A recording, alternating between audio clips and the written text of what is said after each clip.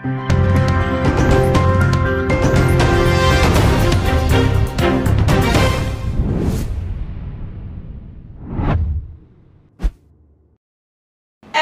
Schwar and I always say any na sabre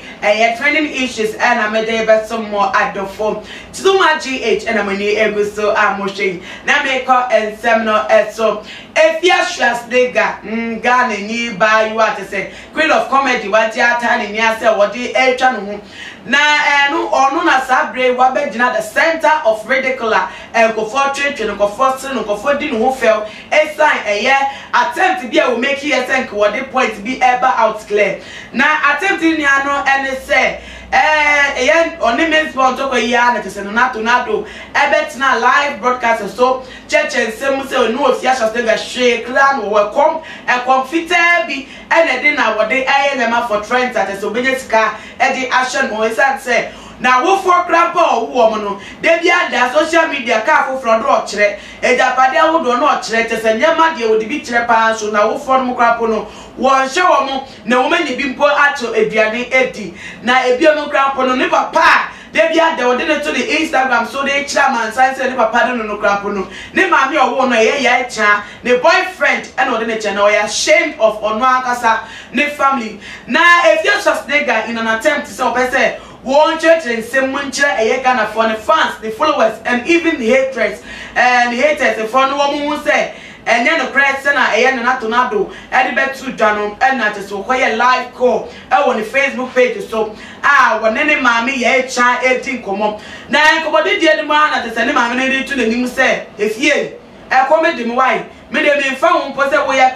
Facebook live for say we are the on John grandpa bro dey here no work am say comedy na say and dey ya wakoje no yonko 5 cities e dey ato aduane I confirm say anokwa say na to na do e ka no pepepe no sa e na koso na to save the shame no Afia Schwar e ka komu say na ne mami grandpa ne last week pe and mo send ni sika no na te sa de na ko enum go sepoto no mu nim say enum go aseso wo e foto kan ni bante Afia Schwar go twitwa no ho na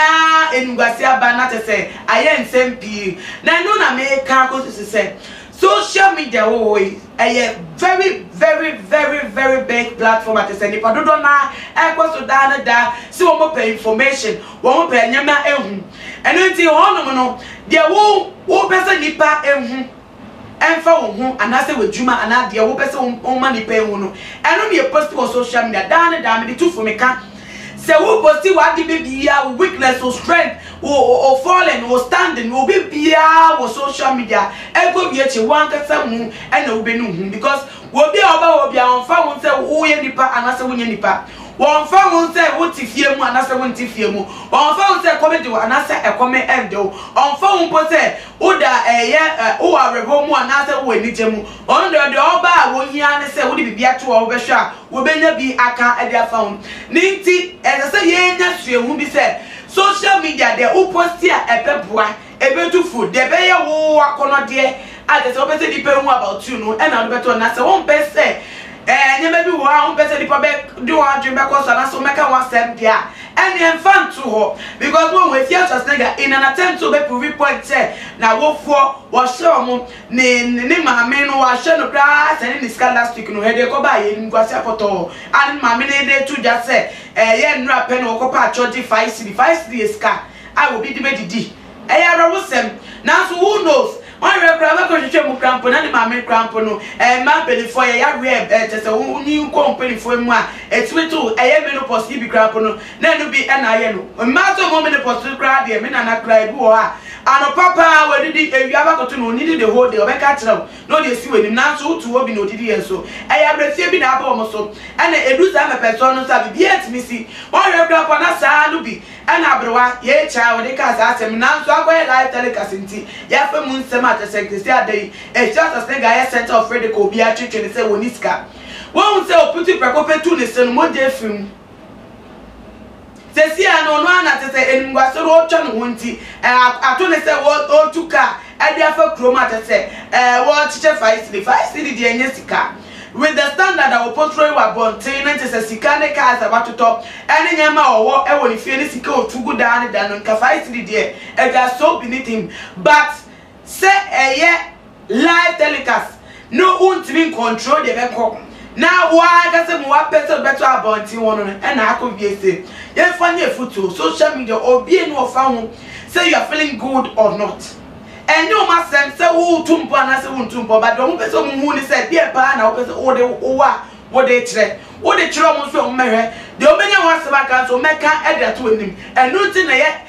very advisable say we hwe nyema mu ye o private matter there o private issues won't find to social media man for any judges over it wait say we jama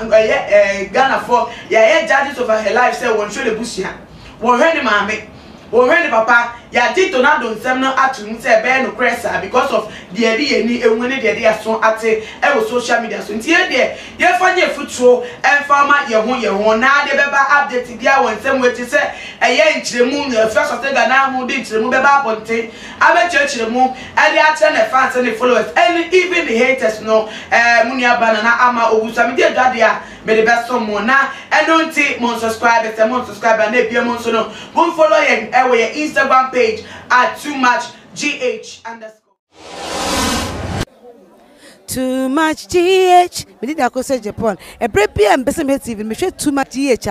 The move for. Hey, almost sports and as entertainment. Hey, the move for. Munko son show mo. No anybody GDBia. Madam, I say love you. Too Much GH. We boy wate. Shout out to your fans and everybody who is watching Too Much GH. Me dey the Isaiah Kodwampo. We betumi afem the great tempo. Mbrenbren. Wonu me nka mo ni hwe Too Much GH. Too Much GH. Mo ye too much. Na me so me ye am fire. The major prophet kum chacha. On say me catch was say bomoden na hwe Too Much GH. On say me kan ye nyane bone pa na kase ye pe wo wi ase ya asondin. Asondin ti na Adam. Wo hu nyame ye no monyam no. Wo hu ne ma bi a wo hwehwehwehwe e wo other place ni ade. Cat won na bomoden na be hwe Too Much GH be hwe na subscribe bomoden o be hwe pe na wa ye subscribe o subscribe na subscribe na o subscribe a na wo benya ne ma papa a wo pe ahwe nyame hira na ura. Too Much GH. Many have come and many have gone, but you are a great kankambuka ability, worth being beheld by every optical nerves.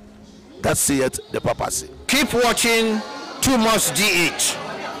and you'll get the best of entertainment, the best of everything you want. My name is Ohima One. Keep watching Too Much GH. It's the best. Keep watching Too Much GH.